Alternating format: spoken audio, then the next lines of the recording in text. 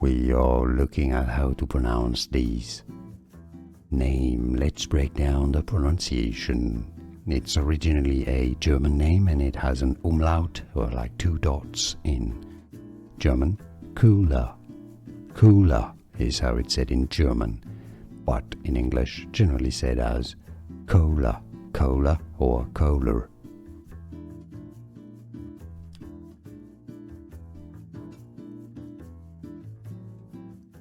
We are looking at how to pronounce these.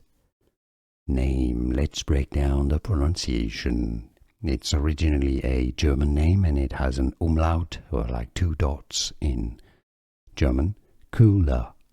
Kohler is how it's said in German, but in English generally said as Kohler, Kohler or Kohler. Here are more videos on how to pronounce more confusing words and names too many mispronounced. Like this video if you found it useful. I appreciate your support. I'll see you soon and thanks for watching.